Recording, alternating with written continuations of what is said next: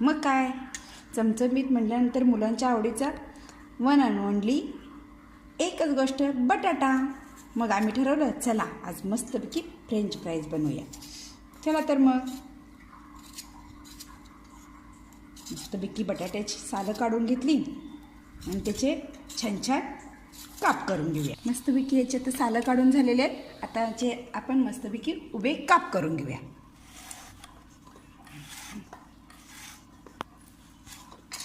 आता मी इथं थोडंसं कॉर्नफ्लॉवर आणि थोडासा मैदा घेतलेला आहे.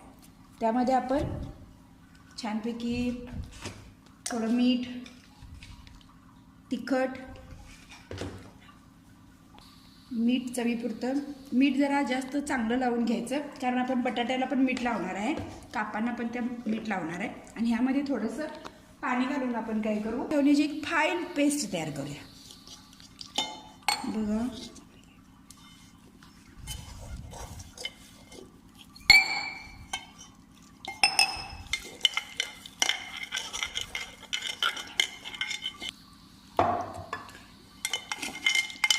पेस्ट ह्या बॅटरची कन्सिस्टन्सी चांगली झाली पाहिजे.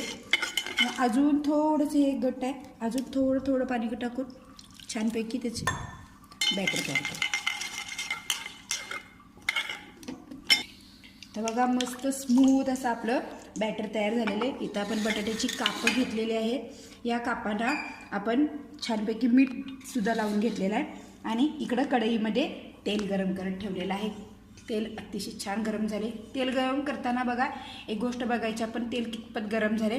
जर आपण असा हात धरला आणि छोट्याशा पद्धतीनं वाफा येत असतील, तेल थोडंसं वेगळ्या पद्धतीनं हलायला लागलेलं आहे बघा, तेव्हा समजायचं की तेल योग्य पद्धतीने तापलेलं आहे. जास्त जर वाफा येत असतील, धूर निघत असेल तर आपण त्यामध्ये डायरेक्ट कोणताही पदार्थ तळायला टाकायचं नाही.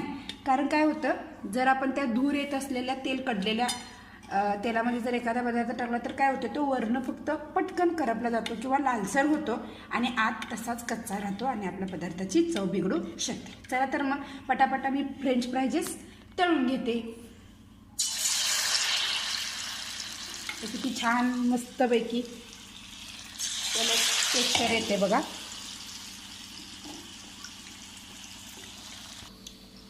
ढॅन्टेडॅन हा झाला विहानचा बोटी बटाटा.